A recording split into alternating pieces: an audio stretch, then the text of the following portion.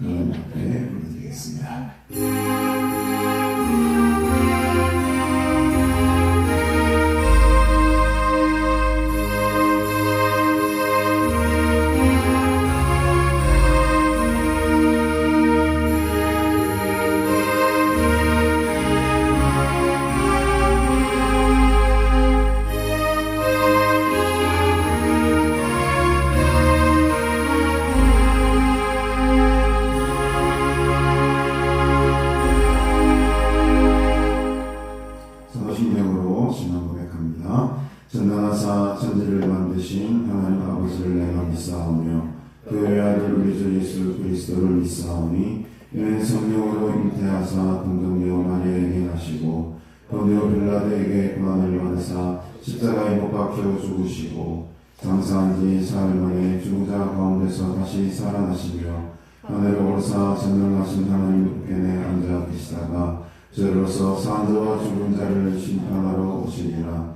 성령을 믿사오며 거룩한 공예와 성도와 서로 교통하는 것과 죄를 사하여 주시는 것과 몸이 다시 사는 것과 영원히 사는 것을 믿사옵나이다. 아멘. 하나님 아버지 은혜를 참으로 감사드립니다. 지난 한 주간에도 우리와 늘 동행하여 주시고 또 하나님의 말씀에 따라 순종하며 살아감으로 늘 또 주님과 함께할 수 있는 시간 보내게 하시고 특별히 오늘 이렇게 거룩한 주일 맞이하여 하나님의 자리에 나와 함께 기쁨으로 또 감사함으로 한 마음으로 한 뜻으로 하나님을 예배하게 하시니 감사합니다. 우리에게 베풀어 주신 놀랍고 큰 그 은혜들을 우리가 꼭 기억하게 하시고 이 시간 그 은혜에 보답하며 하나님 앞에 진심으로 예배하는 참된 예배자로 서기를 원합니다. 하나님께서 기뻐 받으시는 복된 예배가 되기를 원합니다. 이 시간 주님의 말씀의 은혜로 우리에게 은혜 내려주시고 또 성령으로 충만케 하시사 우리의 갈급한 심령들 만족케 하시고 오늘부터 내려오는 신령한 은혜와 은사 구하며 나아갈 때에 하늘의 능력을 이룰 수 있는 복된 예배가 되게 도와주시옵소서. 우리 인생의 모든 무거운 짐들을 십자가 앞에 내려놓습니다. 오직 주님만을 의지하며 하나님만을 바라며 나아갑니다. 우리의 시선을 십자가에서 놓지 않게 하시고 십자가의 은혜만을 사모하게 하시고 오늘 이 시간 주의 거룩한 말씀을 통해 우리 모두 하나님의 뜻을 또 발견하고 깨닫고 순종함으로 그 말씀대로 살아가기를 결단하는 복된 시간 되도록 주님 우리와 함께하여 주시옵소서. 감사드리오며 예수님의 이름으로 기도드리옵나이다. 아멘. 찬송가 우리 9장 1절 부르시면서 하나님께 영광 드리겠습니다.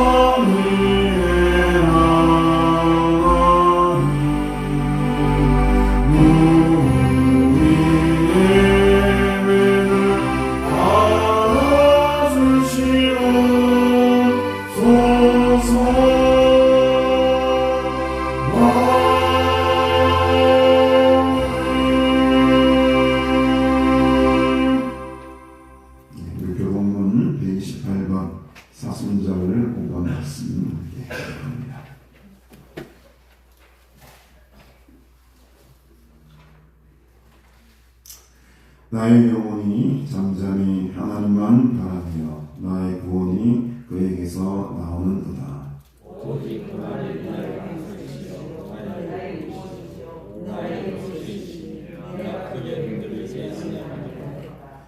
넘어지는 담과 흔들리는 울타리 같이 사람을 죽이려고 너희가 일제히 공격하기를 언제까지 하려느냐. 그들의 이들은 높은 자리에서 거듭나니까 거짓을 즐기더니 이번을 축복이요 소금 저주다.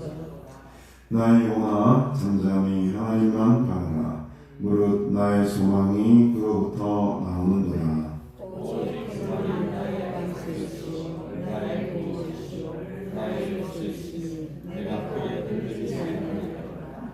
나의 구원과 영광이 하나님께 있으며 내 힘의 반석과 피난처도 하나님께 있도다. 백성들아 스스로 돌아서지어서 우리 앞에 마음하고 하나님은 우리의 피난처시로다.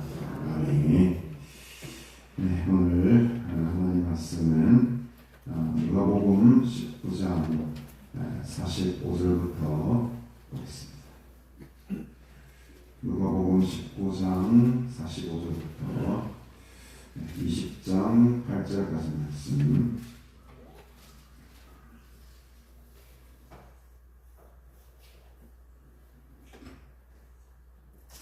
네, 제가 말씀을 본문하겠습니다. 누가복음 19장 45절부터입니다. 이 말씀 본문 중에 김수아 주고 있는 목사님으로 김수아 장로님 기도해 주시겠습니다. 제가 말씀을 읽겠습니다. 성전에 들어가사 장사하는 자들을 내쫓으시며 그들에게 이르시되 기록된 바 내 집은 기도하는 집이라 집이 되리라 했거늘 너희는 강도의 소굴을 만들었도다 하시니라. 예수께서 날마다 성전에서 가르치시니 대제사장들과 서기관들과 백성의 지도자들이 그를 죽이려고 귀하되 백성이 다 그에게 귀를 기울여 들으므로 어찌할 방도를 찾지 못하였더라.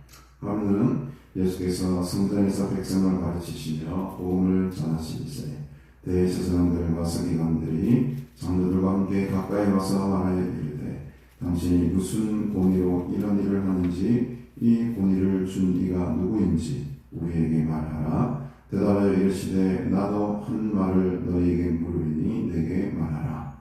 요한의 사회가 하늘로부터냐 사람으로부터냐. 그들이 서로 의논하여 이르되 만일 하늘로부터라 하면 어찌하여 그를 믿지 아니하였느냐 할 것이요 만일 사람으로부터라 하면 백성이 요한을 선지자로 인정하니 그들이 다 우리를 돌로 칠 것이라 하고 대답하되 어디로부터인지 알지 못하노라 하니 예수께서 이르시되 나도 무슨 권위로 이런 일을 하는지 너희에게 이르지 아니하리라 하시니라. 아멘.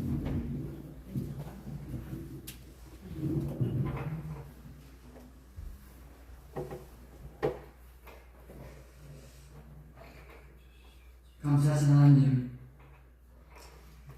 이렇게 화창한 날씨 가운데 이렇게 깨끗한 공기를 마시며 이 산상으로 주들을 불러주셔서 하나님을 찬양하며 예배하며 귀한 시간을 허락해 주신 우리 하나님 참 감사합니다. 이렇게 봄날을 맞이하여서 살이 나고 또 잎도 나고 화창한 꽃도 피고 좋은 계절을 맞이하였습니다. 우리의 심령도 하나님 보시기에 성령으로 함께하여 주사 심령이 변화되게 하여 주시고 새롭게 하여 주시고 하나님 보시기에 화사한 꽃처럼 하나님 보시기에 기뻐 받으실 만한 참된 모습으로 거듭날 수 있도록 성령님 함께 하여 주시기를 바라고 원합니다. 뒤돌아보면 전적으로 하나님의 은혜 가운데서 살아왔고 하나님의 사랑에 힘입어서 지금까지 살아왔습니다. 세상 가운데 저들을 두지 아니하시고 성령으로 함께하여 주셔서 말씀으로 깨닫게 하여 주시고 또 변하게 하여 주시고 새로움을 다하여 주셔서 부족한 아마 하나님의 사랑으로 살아갈 수 있도록 인도하신 하나님 감사를 드립니다. 그냥 버려두시면은 세상 사람들과 같이 무엇이 다르겠습니까? 그러나 그런 세상 가운데서도 구별되어서 저들을 하나님의 말씀대로 그나마 살아갈 수 있도록 해 주시기에 지금까지 왔습니다. 하나님 참 감사를 드립니다. 정말 하나님 저들을 이렇게 사랑하신데도 불구하고 저들은 아직까지도 인간적이며 세상적인 모습에 머물고 있는 것을 저들 보며 하나님 앞에 한없이 부끄러움을 느낍니다. 정말 깨끗하고 순수하게 신앙생활을 해야 할 저들이 뒤돌아보면 타성에 젖었어. 오랜 간섭과 전통에 젖어서 그것이 신앙이냐 살아갈 때가 참 많았습니다. 하나님 성령께서 저들을 온전히 주장하여 주셔서 말씀으로 거듭나게 하여 주시고 진정 하나님께서 기뻐하시고 원하시는 뜻을 위하여 옛것을 벗어버리고 새 사람을 입을 수 있도록 함께 하여 주시기를 원합니다. 아버지 하나님, 오순절을 지금 지나고 있습니다. 하늘 영광 세세토록 영광 받으실 주님께서 인간이 옷을 입고 이 땅에 오신 우리 예수님, 공생애를 시작하기 전 40일 금식하시고 사탄 마귀 유혹 뿌리치시고 회개하라 천국이 가까우니라고 천국 복음을 전하면서 인간들에게 모신, 핍박, 고통, 아픔 다 당하시며 십자가에 돌아가신 우리 예수님, 그 예수님 은혜에 감사 잊지 않게 하여 주시기를 원합니다. 주님의 가신 그 발자취 결단코 흩뜨리지 않고 굳이 나아가는 믿음의 사람들이 다 될 수 있도록 함께하여 주옵소서. 부활의 주님을 생각하며 더욱더 주님 가신 그 길이 결단코 헛되지 않고 아름답다는 믿음을 갖고 살아가는 저들 될 수 있도록 함께하여 주옵소서. 아버지 하나님, 이 나라의 백성을 불쌍히 주시기를 원합니다. 지금 대외적으로 미국의 관세를 이렇게 참 압박을 당하고 있고 세계 무한 경쟁 가운데서 살아가고 있는 이때 저희 나라는 지금 심히 어려움을 당하고 있습니다. 대통령이 탄핵을 당하고 반면까지 이렇게 당했습니다. 국민은 말할 수 없는 대립과 갈등으로 흩어져 있습니다. 진리와 상식은 무너지고 있습니다. 아버지 하나님, 이 조그만 나라에서 우리 하나님께서 이토록 사랑하사 이렇게 살기 좋은 나라로 부강한 나라로 만들어 주시지만 인간의 욕심으로 또 잘못된 국가관으로 인하여서 이렇게 좀 혼란한 이때를 맞이하였습니다. 하나님, 하나님의 뜻이 하늘에서 이룬 것 같이 땅에서도 이루어지는 하나님의 주권이 임하는 이 복된 나라가 될 수 있도록 우리 하나님 온전히 붙들어 주시기를 바라고 공감합니다. 우리 하나님께서 붙들어 주시지 아니하시면은 아버지 이 나라가 위기에 당할 수밖에 없습니다. 지금 정치적으로, 사회적으로, 경제적으로 미래가 불확실한 이 시대에 이 모든 것을 주관하시며 다스리시는 우리 하나님의 손에 있다는 것을 저들은 아는데, 하나님 이 나라 위에 풍요를 베풀어 주시고 복을 다하여 주시고 회복시켜 주시기를 바라고 원합니다. 유중대부터 국민에게까지 하나님을 두려워하며 하나님 앞에 바로 살게 하여 주시기를 원합니다. 우리 하나님, 우리 가난을 기억해 주시기를 원합니다. 하나님, 이때를 위하여서 하나님께서 예배의 처소들을 제대로 나옵니다. 이 어려운 때에 나라와 민족과 국민과 교회와 아버지 이 모든 것을 위해서 기도할 때인 줄 아는데 이곳을 통하여서 주님께서 기하게 쓰임받는 봉사로 부족함이 없도록 함께하여 주옵소서. 정말 필요한 이때를 맞이하였습니다. 우리 하나님, 우리 가나안이 이 국가와 많은 교회로 왔으나 성도들 위에 우리 하나님의 선한 손길이, 영향력이 이동선을 통해서 나타날 수 있도록 은혜를 베풀어 주시옵소서. 특별히 세우신 우리 목사님 기억해 주시기를 원합니다. 주께서 세우셨고 지금까지 붙들어 주셨습니다. 주의 손에 붙들림 받아서 주께서 귀하게 쓰시는 귀한 목사님 될 수 있도록 함께하여 주옵소서. 많은 교육자들이 하나님 또 많은 성도들이 보기에 참 안타까운 모습을 보인 이때에 우리 하나님께서 정말 기뻐하시고 이 나라가 필요로 하며 온 교회들이 필요로 하는 귀한 주의 종으로 부족함이 없도록 사용하여 주시기를 바라고 원합니다. 아버지 하나님, 그래서 주의 나라를 위해서 수고하는 여러 종들, 그 선교사들을 기억해 주시기를 원합니다. 그들이 주님을 진정으로 사랑하며 복음의 빚진 자로 땅 끝까지 주님 나라를 위해서 헌신하고 봉사하는 그들, 그 수고가 결단케 헛되지 않게 하여 주시고 영혼들을 바라볼 때마다 불쌍한 마음이 생겨나게 하여 주시고 그들이 가는 곳마다 주님의 이름과 주님의 나라가 확장될 수 있도록 함께하여 주옵소서. 우리는 다 나가서 복음을 전하지 못하지만 그들을 위해서 물질로 기도로 함께 동참하여 하나님의 거룩한 나라를 세워갈 수 있도록 은혜를 베풀어 주시옵소서.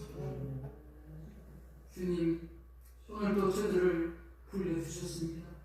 세우신 목사님을 통하여서 말씀이 증거될 때 저들이 깨닫게 하여 주시고 말씀을 회복되게 하여 주시고 새로워지는 큰 은혜가 있게 하여 주옵소서. 우리 하나님께 감사하며 예수님의 이름으로 기도합니다.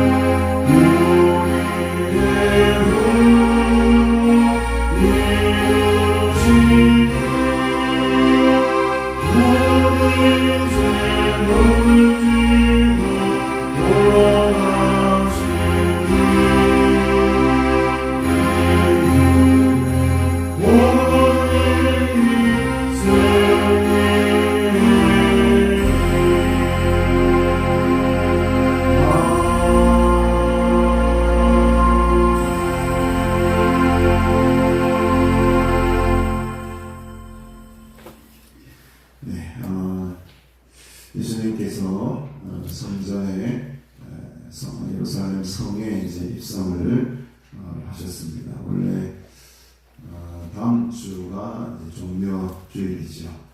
종묘주일은 바로 예수님께서 예루살렘 성에 이제 입성하시는 날인데요. 우리가 조금 미리 그 장면을 땡겨서 본 것 같습니다.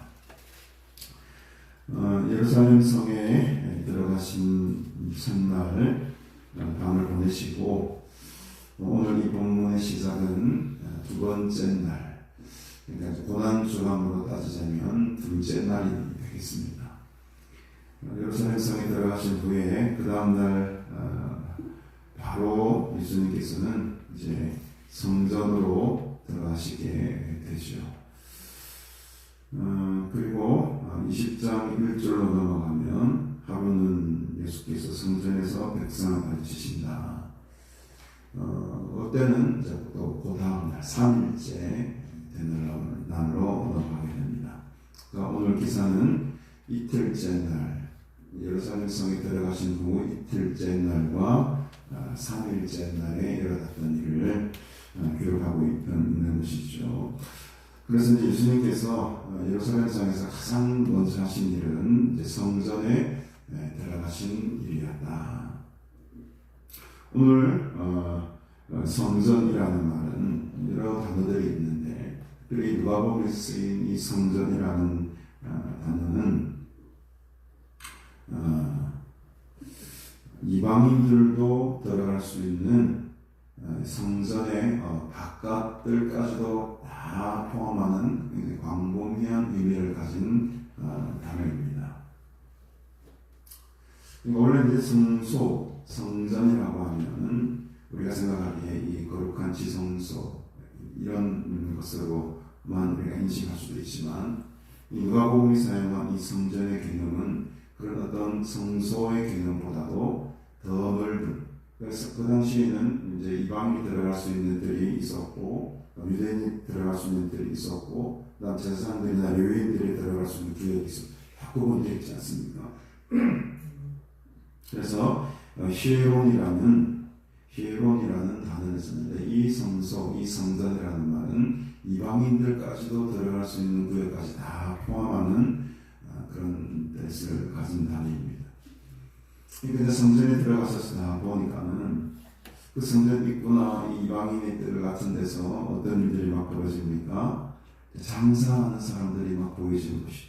장사. 누가복음에서는 이 기사를 그렇게 자세하게 기록하고 있지는 않습니다만 우리 마태복음 2장, 마태복음 21장 한번 가보실까요? 마태복음 21장 12절에 이렇게 보면은 조금 더 구체적으로 그 상황에 대해서 묘사를 하고 있습니다. 기록하고 있는데 예수께서 성전에 들어가서 성전 안에서 매매하는 모든 사람들을 내쫓으시며 그 매매하는 사람들과 어떤 사람들이 있었느냐? 돈 바꾸는 사람들 있었고요. 또 비둘기를 파는 사람들도 있었다라고 조금 더 마태복음은 구체적으로 기록을 합니다. 이 환전하는 사람들이 있었다는 거죠. 또 비둘기를 파는 사람들이 있었다. 그러니까 이것들은 다 뭐와 관련된 겁니까? 성전에 들어가서 헌물을 하고 예물을 하고 이제 제물을 바치는 일과 관련되어 있죠. 그래서 이제 이 예루살렘 성전을 찾는 사람들은 먼 길을 또 타국에서 오는 사람들도 있었고 먼 지방에서 오는 사람들도 있었기 때문에 이 사람들이 환전을 해가지고 그 당시 예루살렘에 쓰이는 동전으로 바꿔야 될 필요도 있었고 또 뭔가 재물을 바쳐야 되는데 빈손으로 할 수는 없으니까 거기서 비둘기를 사든지 뭐 여러 가지 양도 살 수도 있고 돈이 좀 많은 사람들은 소도 샀겠죠. 이렇게 이제 사가지고 성전에 들어가야 되는 거예요. 그러다 보니까는 예루살렘 성전이 점점 그런 장사하는 사람들이 넘쳐나기 시작했던 거죠. 예루살렘 성을 이렇게 쭉 지도를 보면은 우리 어제 느헤미야의 말씀을 함께 나누면서 들어보선에 대한 느헤미야 말씀을 나누는데 그 이미지가 있습니까? 한번 잠깐 띄워주셨으면은 그 성전이 들어가는 입구가 바로 이 양문이라는 곳에 있습니다. 양문을 통과하는 순간 성전이 눈앞에 보여요. 그래서 이 양문이라는 것은 여러분 뒤쪽에 계신 분들은 잘 안 보이실 텐데 북쪽에 있습니다. 오른쪽 모서리죠. 저 위에 양문이라는 곳이 있습니다. 양이 무슨 문입니까? 양이 드나드는 문이라 해서 양문인 것이죠. 그러니까 이쪽으로는 많은 양들뿐만 아니고 소나 염소나 또 이런 비둘기 파는 사람들이 이 성전이 가까이 있는 문이기 때문에 꼭 바로 밑에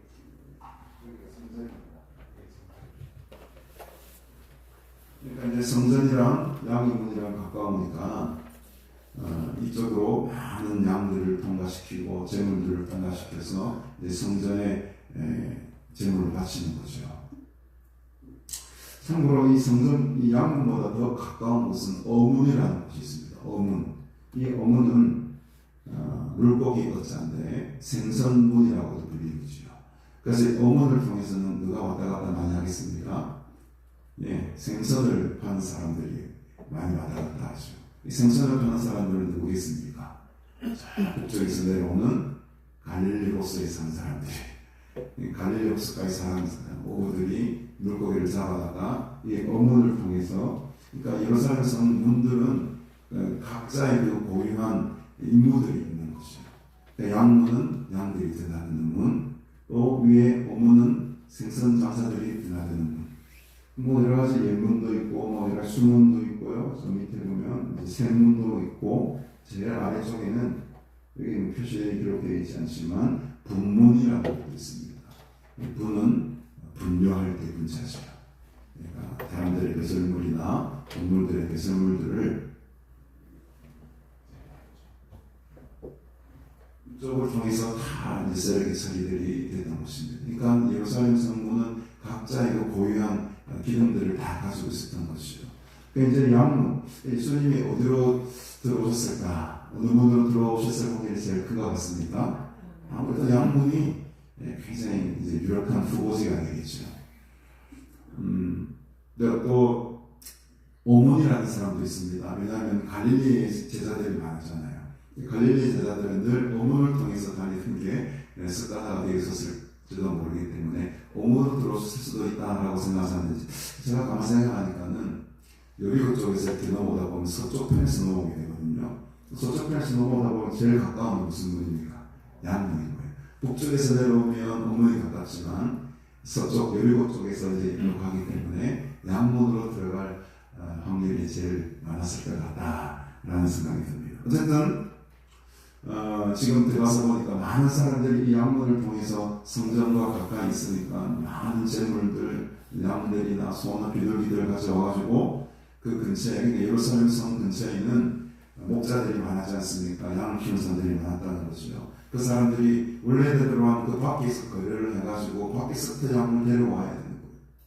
근데 번거롭잖아요. 사는 사람들이 번거롭잖아요. 그러니까 그게 점점점 어디로 들어옵니까? 성전 안으로 들어오는 거예요.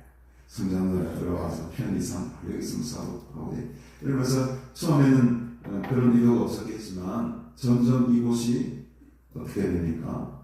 사도가 되는 거예요. 돈 장소가 되는 몫이 좋은 자리는 자리세를 많이 내줘야 되고 이권을 챙기는 곳이 자연스럽게 수십 년 수백 년의 생활을 세월을 지나오다 보니까 그런 우리가 잘 요즘 말하는 카르텔 승승이 된 거예요. 저 자리에 가야 장사가 잘 됩니다. 저 자리를 얻기 위해서는 아주 자리세를 많이 내야 됩니다. 이런 식으로 환전을 하거나 장사를 하는 사람들이 이 성전에 가득가득 차기 시작했습니다. 원래 성전의 기능은 뭡니까? 오늘 우리가 예수님께서 말씀하시지만 어떻게 말씀하십니까? 그들에게 이르시되 기록된 바 내 집은 기도하는 집이 되리라. 원래 성전의 가장 중요한 일은 바로 기도하는 것이 기도하는 것. 좀 더 엄밀히 원어상으로 하면은 기도의 집이라. 기도의 집이다. 그러니까 기도하는 집과 기도의 집은 조금 뉘앙스가 다릅니다. 기도하는 집은 기도 외에도 뭔가 다른 일을 할 수도 있고 플러스 알파의 집. 기도도 할 수 있고 다른 것도 할 수 있고 이제 약간 여백이 남아있는 단어입니다. 원래 오늘은 어떻게 표현하고 있느냐? 기도의 집이라는 거예요. 그러니까 기도의 집이라는 것은 이 집 자체가 누구의 소유라는 겁니까? 기도의 소유라는 거죠. 그 말은 이 집은 기도만 해야 된다 이 말이에요. 기도 외의 것은 이 집은 소유된 바가 없다는 거죠. 기도만 해야 되는 것이 더 강력한 표현을 사실은 누가는 기록하고 있지만은 우리는 기도하는 집이다. 이게 이제 늘상 그냥 사용하는 그런 말이니까 편하게 번역했지만 훨씬 더 이 집을, 이 성전을 표현하는 강력한 의미를 가지고 기도의 집이라는 거예요. 기도의 집. 이 성전은 기도만 해야 되는 집이다. 엄밀히 말하면 기도만 해야 되는 집이다. 라는 것을 예수님께서 지금 외치면서 다 내쫓으십시오. 누가복음에 대한 내쫓으셨다 하지만 아까 마태복음에 어떻게 기록합니까? 21장 보시면 의자들을 둘러 엎으셨다. 말로만 내쫓으신 게 아니고 실제로 행동을 통해서 의자들을 상대를 굉장히 지금 이건 과격한 장면입니다, 여러분. 다 쫓아버리십니다. 그 많은 사람들 얼마나 많겠습니까? 돈 받고 있는 사람들. 특별히 지금은 무슨 절기죠? 6월절 절기. 많은 사람들이, 수많은 사람들이 지금 예루살렘으로 저 멀리 타국에 있는 사람들까지도 다 지금 예루살렘 성전으로 모아지는 그런 시기입니다. 그냥 평범한 시기가 아니고 사람들이 하는 그런 장면입니다. 그런 상황 속에 예수님이 막 사람을 펼치고 내쫓고 여기는 기도의 집이다. 이 성전에서는 기도만 하는 곳인데 왜 이렇게 외치는 거죠? 아마 한바탕 큰 난리가 났었을 것입니다. 너희는 이곳을 강도의 소굴로 만들었다. 강도라는 표현을 씁니다. 강도라는 표현을 씁니다. 아주 강한 표현을 쓰고 있죠. 강도의 소굴이 되었다. 옛날 성경에는 강도의 굴들이 되었다. 굴들이라는 말이 좀 더 강력한 것 같은데 그런 어떤 그러니까 이 성전이 장사도로 바뀌고 하나의 어떤 인간적인 관계로 맺어지는 그런 어떤 상술이 이루어지는 요즘 그런 보면 그것을 보면 늘 교회의 모습을 참 돌아보게 된다는 거죠. 좀 안타까운 일들이 많이 일어나지만 큰 교회에 가서 등록해야지 성도들이 관계를 맺어가지고 이래저래 장사도 잘 되고 영업도 잘 되는데 큰 교회가 하는 거예요. 자기의 이 소울 사령기 위해서 큰 교회를 찾아가는 거예요. 불행한 시대 아닙니까 여러분? 건물을 보고 조금 아이들의 어떤 교육적인 환경 같은 것을 보고 주일학교가 잘 됐는가 안 됐는가 그런 것을 재고 교회를 하는 거예요. 정말 핵심적인 이 교회가 정말 기도가 살아있는가 예배가 살아있는가 그것을 보기보다는 그 사람의 수준이 어떤가 저기 가면 너무 좀 잘된 관계를 좀 많이 맺어가지고 내 장사하는데 많이 좀 도움되지 않겠나 이런 것을 노리고 이런 것을 계산해서 하는 사람들 의외로 제법 많죠. 여러분 교회는 성전은 오직 기도하는 곳입니다. 기도하는 곳입니다. 우리 수양반이 기도한 것 아닙니까 여러분? 지금까지 이렇게 하나님께 주신 기도의 사명, 기도의 재단을 꿋꿋하게 여러 우리 가족들, 직원들 헌신으로 지금 지켜나가고 있는데 이 순수한 마음이 순수한 재단이 계속 이어지기를 저는 간절히 소망합니다. 강도의 소굴, 강도의 구별이 되는 것이 아니라 세상에 그런 이속을 차리는 곳이 아니라 정말로 하나님의 임재가 충만하고 그 기도를 통해서 주님과 깊은 그자와 관계를 누리는 그런 복된 기도의 사이가 되기를 간절히 소원합니다. 이렇게 이제 한바탕 예수님께서 성전을 일종의 소위 말하는 정화 작업을 하시죠. 정화 작업을 하십니다. 그리고 나서 그날 어떻게 하십니까? 성전에서 가르치시기 시작하는데 대제사장들과 서기관들과 백성의 지도자들이 그를 죽이려고 꾀하고 있습니다. 죽이려고 꾀하고 있습니다. 성전에서 들어가는 것은 들어갈 수 있지만 성전에서 누군가를 가르친다라는 것은 어떤 권위를 부여해야 되는 일이거든요. 근데 이 성전에서 가르쳤다. 가르칠 수 있는 사역을 하셨다.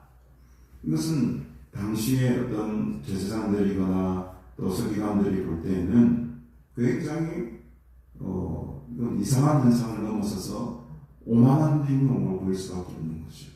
여러분 한번 가만 생각해 보십시오. 제가 이 강단에 제가 아닌 이상한 잘 모르는 사람이 와서 갑자기 와서 막 설교를 한다. 여러분들이 그 설교가 잘 들리겠습니까? 딱 저 사람 뭐지? 이런 마음 들지 않겠습니까? 딱 그런 현상인 거죠. 아니 그냥 아무런 직책도 없고 아무런 제사장도 아니고 서기관도 아닌 사람이 갑자기 와가지고 성전에서 가르치기 시작하는 겁니다. 그러니까 이 대제사장들과 이 서기관들이 또 백성의 지도자들이 도대체 이해가 안 가는 거예요. 저 사람이 또라이가 갑자기 와가지고 막 뭘 전하는데 이 10장에 보면은 그 다음 날에 보면은 하루는 예수께서 성전에서 백성을 가르치시는데 무엇을 전하신다고 합니까? 복음을 전하셨다 이렇게 표현하거든요. 복음. 이 복음이라는 게 그러면 뭐겠습니까? 여러 가지 이야기들이 이제 나올 수도 있지만 제가 생각하기로 이 복음이라는 것은 앞에 이제 기도에 관한 이야기 하셨잖아요. 기도하는 집이다. 기도에 관한 말씀도 이 복음 안에 들어갈 수 있는 겁니다. 누가복음 바로 앞에 18장 한번 가고 싶어요. 18장 9절에 보면 또 자기 자기를 의롭다고 믿고 다른 사람들을 멸시하는 자들에게 이렇게 말씀하십니다. 두 사람이 기도하고 성전에 올라가는데 하나는 바리새인이요 하나는 세리다. 이것을 얼마 전에 함께 나누었죠. 바리새인은 나는 다른 사람들처럼 우리 간음을 한 자들 같지 아니하였고 이 세리와도 같지 아니하였습니다. 2번씩 금식하고 소득의 11조를 드렸습니다. 라고 기도를 합니다. 세리는 멀리서 가지고 눈을 들어 하늘도 쳐다보지 못하고 가슴을 치며 나를 불쌍히 여기소서 나는 죄인입니다. 이렇게 기도를 합니다. 그러면서 14절에 하나님께서 예수님께서 이에 저 바리새인이 아니고 이 사람이 의롭다 하심을 받고 그의 집으로 데려갔다. 자기를 높이는 자는 낮아지고 자기를 낮추는 자는 높아질 것이다. 이게 복음인 거죠, 여러분. 이런 가르침들을 성전에서 계속 가르치신 거예요. 그 설교를, 그 복음을 듣고 있었던 바리새인들이 여기 받겠습니까? 안 받겠습니까? 이런 비유를 통해서 지금 바리새인들의 기도가 잘못된 것이고 정말 기도의 집에서 기도해야 될 사람들 내용 뭔가 가슴을 치며 나를 불쌍히 해달라 나가 내가 죄인입니다라고 고백하는 그 사람이 참되 의로운 사람입니다.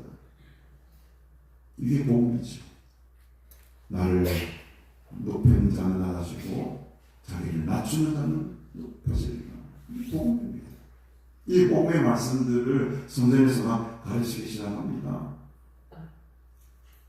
그러면 나중에 뒤에 나오지만 요한의 세례에 대해서 하늘로부터냐 사람으로부터냐 예수님이 묻지 않습니다. 대제사장 그 사람들에게 이런 것을 보면 아마 이런 말씀도 가르쳐 주셨을 것 같아요. 누가복음 12장 여러 복음의 내용들이 있겠지만 대표적으로 한 군데만 뽑아 보는 겁니다. 누가복음 12장 49절 한번 보실까요? 49절 50절 보면 내가 불을 땅에 던지라고 한다. 이 불이 이미 붙었으면 내가 무엇을 원하리요? 나는 받을 세례가 있으니 그것이 이루어지기까지 나의 답답함이 어떠하겠느냐. 이런 말씀도 전하셨을 것 같아요. 그러니까 그 세례가 이 받을 세례라는 게 도대체 뭔가 요한의 세례가 그럼 도대체 뭔가 이런 것을 막 이제 바리새인들이 궁금증을 가질 수도 있겠죠. 예수님께서 지금 불을 땅에 던지러 마땅하잖아요. 이미 이 불이 이미 붙었으면 내가 뭘 하겠니? 불이 지금 막 붙지 않는다는 거죠. 여기서 내가 받은 세례가 뭐겠습니까? 이미 요한에게 세례를 받았지 않습니까? 여기서 내가 받을 세례라는 것은 바로 십자가의 죽음을 의미하는 거예요. 십자가의 죽음을 의미하는 거예요. 내가 이미 이제 앞으로 받아야 될 세례가 있는데 그것이 이루어지기까지 그 십자가의 죽음과 그것을 통해서 부활과 하나님의 그 구속의 역사들이 이스라엘들이 있는데 나의 답답함이 얼마나 크겠냐. 그것이 이루어지기까지 이 불을 모르는 너희들이 얼마나 답답한가. 이런 것들이 하나의 복음의 내용들이었다는 거죠. 이 내용들 그 외에도 수많은 다른 복음들도 많이 있겠지만 다른 말씀도 가르침도 많겠지만 제가 상상하는 그래서 제가 늘 상상력을 발휘하라. 여기서 복음을 전하시고 무슨 복음을 전했을까? 성경 안에서 답을 찾아보자는 거죠. 그러면 기도에 관한 말씀도 하셨을 것이고 불에 관한 말씀도 하셨을 것이고 종말에 관한 말씀도 하셨을 것이고 산상수훈에 관한 말씀을 또 하셨을 것이고 여러 가지 가능성이 열려 있지 않습니까? 그런 상상력을 동원해가지고 여러분 그 성전에서 복음을 전하시는 예수님의 모습을 한번 그려보십시오. 그런 복음을 전하니 이 대제사장들과 서기관들과 백성의 지도자들이 화가 많이 나는 거예요. 자기가 알지 못하는 메시지를 막 던지는 거죠. 아마도 대제사장들과 서기관들은 또 백성의 지도자들은 성전에서 물건을 파는 사람들과 굉장히 긴밀한 커넥트가 되어 있었을 겁니다. 그들에게 소위 말하는 리베이트를 받고 자리를 내주고 장사하는 순자를 가르쳐주고 가까움을 주고 이러면서 서로가 상생하는 암투명적으로 상생이지만 서로가 도움을 받고 도움을 주는 그런 끈끈한 관계가 이렇게 있었어요. 근데 그 고리를 끊어버리고 그들의 본줄을 끊어버리니 거기서부터 이미 대제사장들과 서기관들의 마음이 틀려버리는 거예요. 그를 내쫓으려고 꾀한 게 아니고 그를 죽이려고 꾀할 정도. 사람의 마음이 이렇게 악하게 있다. 내쫓는 정도의 그런 꾀한 계획을 잔머리를 부르는 게 아니고 저 사람을 어떻게 하면 죽일까 하고 고민합니다. 더 열받는 것은 48절에 보니까 백성들이 어떻게 합니까? 그에게 귀를 기울여 들었더라. 인기가, 나에게 주목받았던 인기가 정말 나사렛이라는 그 가난한 동네에서 태어난 예수라는 사람에게 모든 이목이 집중되어 있는 것이죠. 여기서 그에게 귀를 기울여 들었다라는 말을 좀 더 정확하게 번역을 하면 어떤 뜻이 있냐면 그의 입술에 매달린다 이런 뜻이에요. 여러분 그냥 이렇게 힘 빠지게 듣고 있는 게 아니고 여러분 철봉에 매달려 보십시오. 한 1분 정도 매달렸으면 얼마나 아팠습니까? 안 떨어지려고 하죠. 바들바들 거리면서 그런 뉘앙스를 가졌듯이 그의 입술에 매달린다. 간절히 사모하는 마음으로 그 말씀만을 지금 붙들고 다 이런 뜻입니다. 그러니까 그냥 술렁술렁 그냥 따라다니는 정도의 그런 의지가 아니고 강력한 의지와 강력한 그 매달림으로 이 주님께서 예수님께서 가르치는 그 말씀 귀를 팍 듣고 있는 거예요. 여러분 하나님 말씀 이 정도 사모하십니까? 바들바들 들 정도로 주님 말씀 듣도록 사십니까? 나중에 그 철봉 있으니까 1분만 매달려 주십시오. 내가 이런 각오로 지금 만들어지려는 이 각오로 지금 하나님 말씀이 매달립니다. 붙잡고 있는 거야. 지금 이 사람들, 백성들은 그냥 좋은 말씀이네 하는 정도로 지금 기울이고 있는 것이 아니고 정말로 온 힘을 다해서 바들바들 떨면서 지금 예수님의 입술에서 나온 그 말씀에 매달리는 거예요. 여러분 주님의 말씀에 매달려 사시기를 바랍니다. 이게 있는 것이죠. 그러니 이 대제사장들과 서기관들은 얼마나 열받겠습니까? 자기의 돈줄을 끊겼죠. 자기의 인기가 지금 다 빼앗기고 저 사람한테 지금 인기가 다 몰려가는 것 같죠. 시기와 질투심이 막 속에서 막 불같이 일어나는 거예요. 하루만 그렇게 가르친 게 아니고 날마다 성전에서 가르쳤다고 하지 않습니다. 20절로 넘어오셔서 예수께서 성전에서 백성을 가르치시는데도 또 복음을 또 전하십니다. 이제 도저히 참을 수가 없어. 3일째 되는 날 대제사장들과 서기관들이 장로들과 함께 가까이 와서 이렇게 말합니다. 결국엔 터지는 거예요. 야, 당신이 무슨 권위로 이런 일이 뭐겠습니까? 상을 얻고 성전을 정화시키고 복음을 전하고 기도에 대해 말씀을 또 어떻게 사는 것이 정말 의로운 삶인지 이런 여러 가지 복음에 대한 이야기를 하고 있는데 당신이 무슨 권위로 이런 너에게 내가 이렇게 성전에서 가르칠 수 있는 권위를 우리가 준 적이 없는데 누가 그런 권위를 주다니 이 권위를 준 이가 누구인지 우리에게 말하라.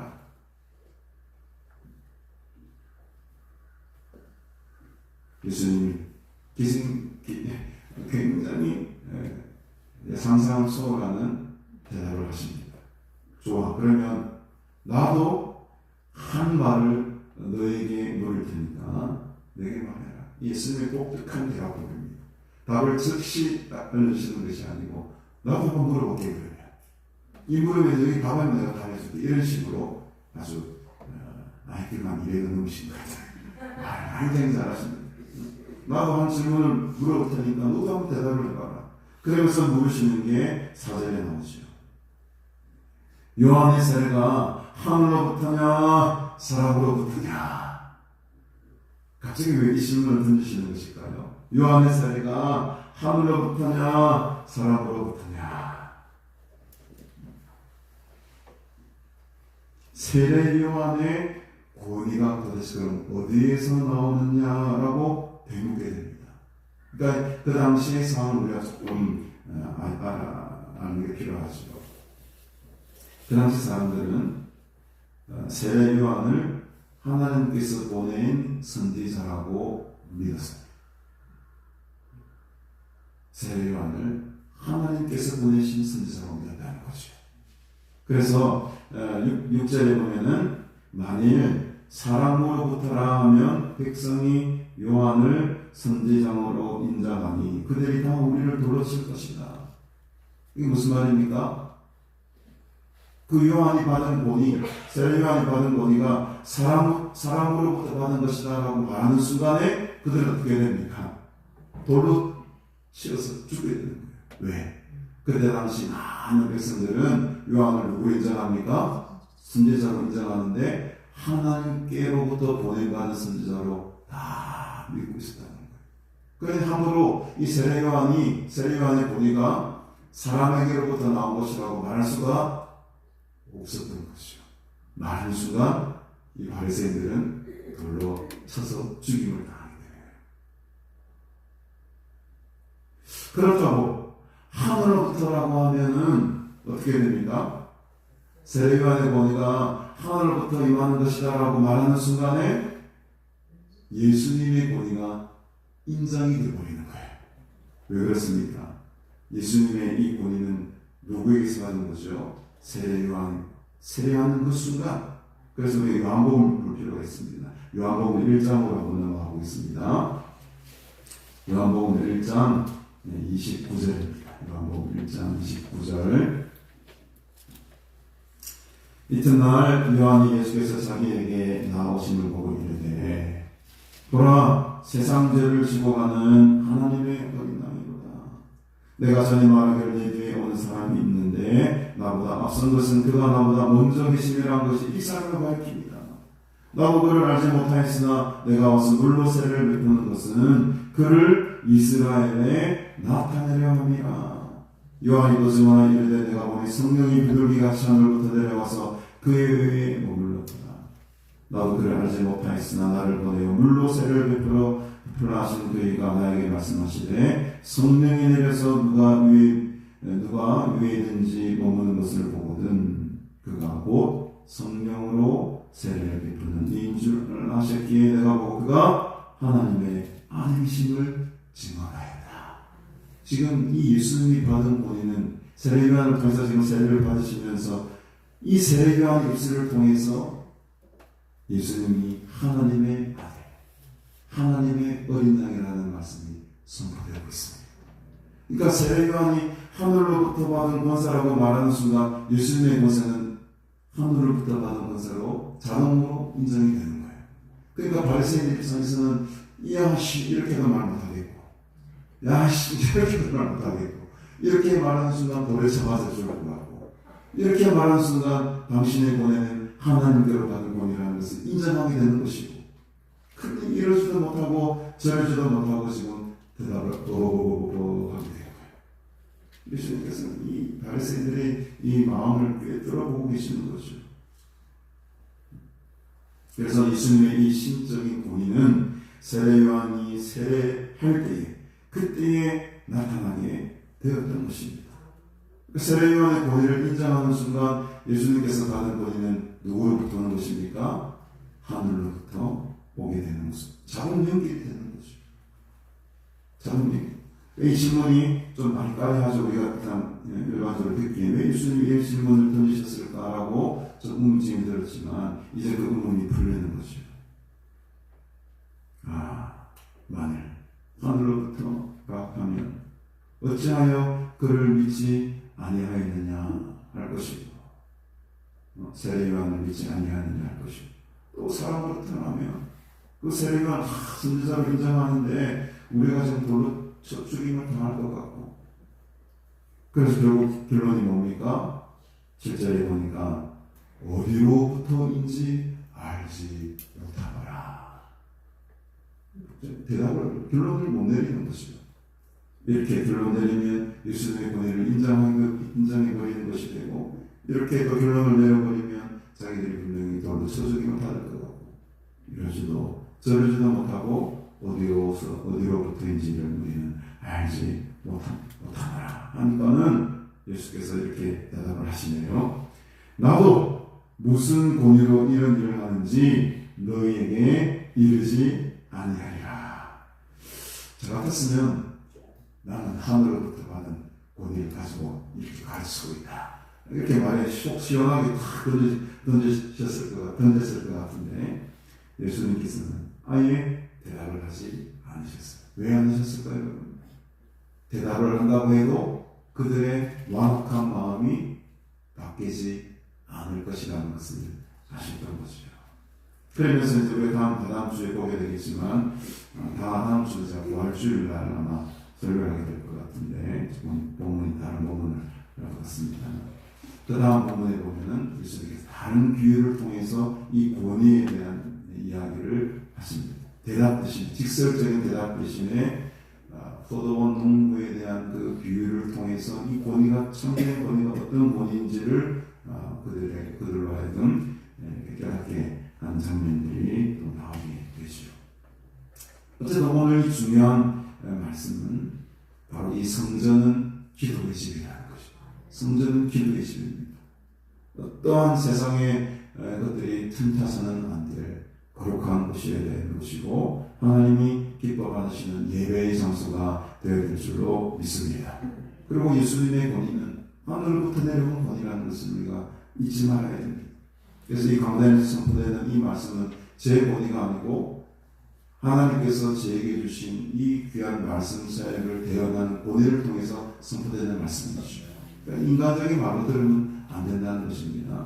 오늘 예수님께서 이 오만하고 교만하고 질투에 가득한 이 바리새인들에게 자신의 권위가 어디서부터 오는지를 우리는 알지만 그들은 아직 알까지 모르지 않습니까? 진정한 권위는 예수의 말씀의 권위다. 하나님께로부터 오는 권위다. 그래서 이 타락하고 불결해져 있던 그 성전을 정화시키고 또 성전의 그 말씀을 다시 회복시키고라 말미암아 그 오랜 세월 동안에 때가 묻었던 이 성전들이 다시 회복하고 있는 단계를 우리가 바라보고 있습니다. 우리 교회들이 지금 많이 어려움을 처하고 많은 세상 사람들 지탄을 받고 저는 결국 이 나라가 이렇게 어렵게 된 것도 우리 믿음의 사람들이 그동안 너무나도 안일하게 끼어서 기도하지 못한 결과라고 또 생각을 합니다. 그러나 또 소망이 있는 것은 좀 더 하나님 앞에 신실하고 올바로 선자가 또 이 나라를 이끌어갈 대통령으로 선출될 것으로 믿습니다. 그 더 넓은 더 깊은 하나님의 계획이 있음을 믿고 이 기회를 통해서 우리가 다시 한번 교회의 계획이 일어나고 또 성전에 정말 본래적인 기능이 회복되어서 정말 하나님을 기쁘시게 하고 하나님의 나라를 굳건하게 세워나가는 참된 교회들이 이 땅 가운데 다시 일어서야 될 줄로 믿습니다. 느헤미야가 어제도 우리가 오전 예배에도 많이 은혜 받았는데 느헤미야 한 사람의 그 헌신과 기도를 통해서 예루살렘 성전이 예루살렘 성이 성전이 아니죠. 예루살렘 성과 성벽과 성문들이 다시 보수되고 준수되는 모습을 바라봅니다. 그 성이 회복되는 모습이 이 나라가 다시 쓰러졌던 나라가 회복되는 모습과 연결이 된 것 같아요. 오늘도 무너진 이 성전을 회복하시는 예수님의 이 말씀과 또 가르침을 통해서 우리 교회들이 다시 거듭나고 다시 태어나고 다시 깨끗해지는 그런 놀라운 기회가 되어야 될 줄로 믿습니다. 이 나라 민족을 위해서 우리가 더욱더 기도하고 이 거룩한 기도의 재단에서 오직 하나님의 역사와 하나님의 능력이 나타나는 그런 귀한 나라고 복된 나라가 될 수 있도록 끊임없이 우리가 기도하고 하나님의 도우심을 구하시며 나가는 저와 여러분들이 되기를 주님의 이름으로 축복합니다. 우리 함께 371장입니다. 371장 제안 드리시면서 예물 드리실 텐데요. 371장 큰 풍파가 있을지라도 주님의 권능 하나님께로 가는 그 예수님의 권세와 권능으로 이 풍파들을 오히려 꼬집으시고 간대히 나아가시는 여러분들이 바랍니다. 구주여 범풍이 불어 기사드립시다.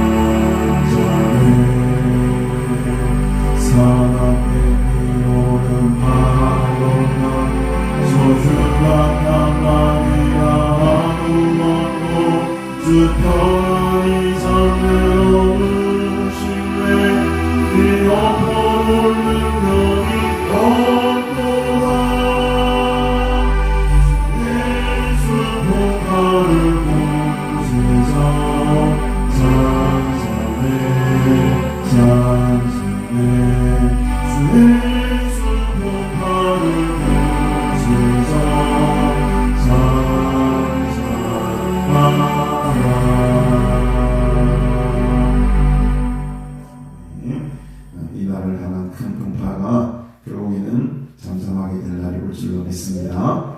주님의 능력을 의지하고 하나님의 도우심을 계속해서 간구하며 나아가실 때에 하나님께서 선한 길로 이 나라를 이끌어 주실 줄로 믿습니다. 광고 말씀드립니다. 우리 예배 마치시는 식당을 보시면 함께 식사가 준비되어 있습니다. 식사하시기 바랍니다. 우리 다음 주는 종려 주일로 지키게 되겠습니다.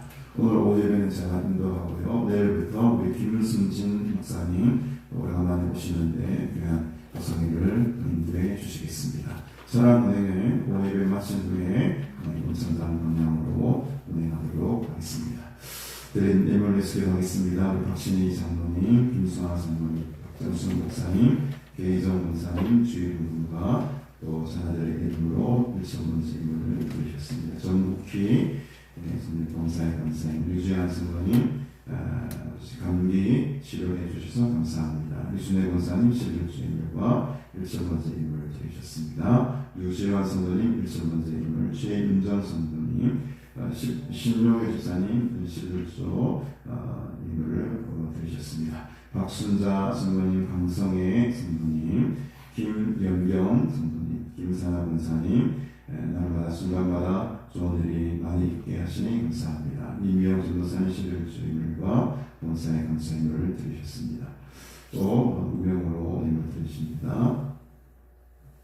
하나님 감사합니다. 성령의 기름 부으시니 감사합니다. 사랑합니다. 박명숙 집사님, 또 윤영식 목사님 가족 보훈훈금과 또 봉사의 감사 예물을 드리셨습니다. 이남순 전도사님 주일 감사 예물 우명으로 드리고 서정 감사 예물 드립니다. 함께 기도하겠습니다. 하나님 아버지 은혜를 참으로 감사합니다. 오늘도 하나님의 귀한 말씀을 통해 또 예수님의 가르침을 통해 깨닫게 하시고 또 이 성전이 정말 아름다운 기도의 재단이 될 수 있도록 다시금 우리가 결단하고 결심할 수 있는 시간 허락하시니 감사합니다. 이 거룩한 기도의 재단이 이 시대의 사명을 잘 감당케 하시고 이곳에서 드려지는 예배와 기도가 하나님께서 기뻐 받으시는 순결한 예배가 되게 하시고 거룩한 재단 될 수 있도록 하나님 축복하여 주시옵소서. 예수 그리스도의 그 권위를 우리가 인정하며 또 하나님의 권위를 우리가 바라보며 이 세상 가운데에 이 복음의 말씀을 담대히 선포하며 살아가는 믿음의 사람들이 되기를 원합니다. 이 세상은 어지럽고 영적으로 어두운 시대를 우리가 살아가지만 우리가 깨어있어 기도합니다. 주님 주신 말씀 붙들고 기도할 때에 우리에게 참 승리와 능력이 나타나게 하시고 이 어둡고 또 절망 가운데 빠진 세대들을 또 하나님 앞으로 인도해내는 하나님의 귀한 말씀의 다섯분들로 복음의 사명자들로 삼아 주시옵소서. 계속 이어지는 이 귀한 사순절 기간 동안에 주님의 권한에 더욱더 깊이 참여하게 하시고 십자가의 놀랍고 크신 은혜들이 우리 삶에 임하도록 하나님 우리와 함께하여 주시옵소서. 주님의 다시 오실 것을 우리가 기대하며 또 부활의 수강을 바라보며 이 귀한 절기를 보내며 나아갑니다. 주께서 베풀으신 그 귀한 은혜에 우리 시간 감사하며 귀한 예물을 하나님 앞에 올려드립니다. 주님께서 기뻐 받으시는 아름답고 복된 예물이 되게 하시고 이 예물이 쓰이는 곳곳마다 주님의 영광 나타나도록 또 많은 사람들 주께로 돌아오는 전도와 선교의 사역에 귀하게 쓰임받는 복된 예물 되게 도와주시옵소서. 감사드리오며 예수님의 이름으로 축복하며 기도드리옵나이다. 아멘. 우리 이 시간에 갈릴리 가서 제사상을 하고 시간 드리시고 제가 축도로 기회를 마치도록 하겠습니다.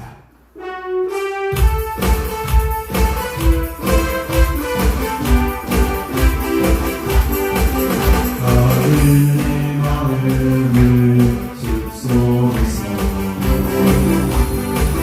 주님께여 난 제자같이 명하시사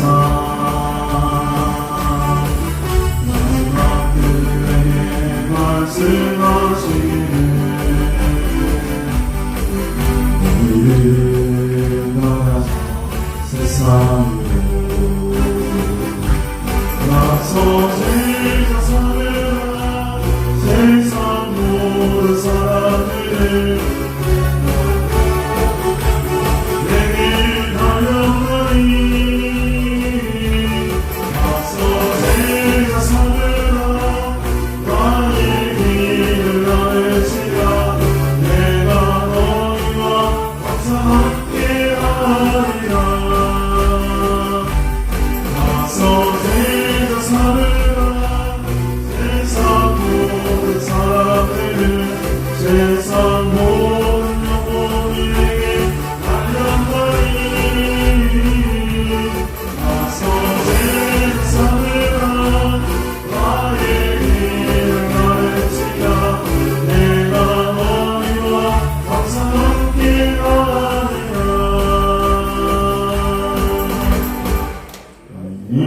지금은 우리 구주 예수 그리스도의 은혜와 하나님 아버지의 모든 거하신 사랑과 성령의 교통교제의 충만한 위로하심의 은총이 예수 그리스도의 권세에 힘입어 세상 속에서 우리가 승리하며 또 간절한 기도로 늘 성령 충만함을 받아 이 세상에서 승리하며 주님의 능력으로 이기며 살아가기를 간절히 소원하는 너희 모든 우리들과 영원토록 함께 있을지어다. 아멘.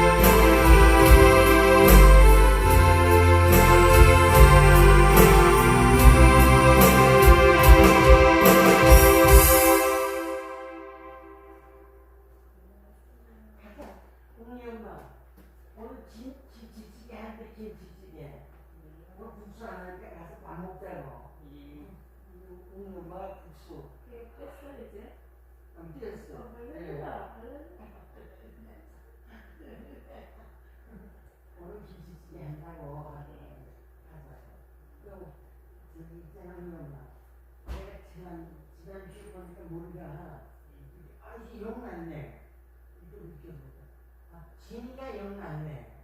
그 기르는 중이라서 좀 부족해. 물려 부족하다고 근데 이상한 물이 물들으러 갔거든. 그랬더니 동생이 막 물들이 심한데 하얀 물이 그대로 하얘. 그 이장원에 갔다가 이거 하나 샀거든. 이장원에서 응용 맞추려고 머리 용량 예. 그래서 머리가 부숙하대. 이장원에 머리가 떠니 한 사봤다. 바르라고 부수해지지 않으니까 그러니까 용량을 반죽하잖아. 많은 사람한테 있으니까 부숙할까봐 내가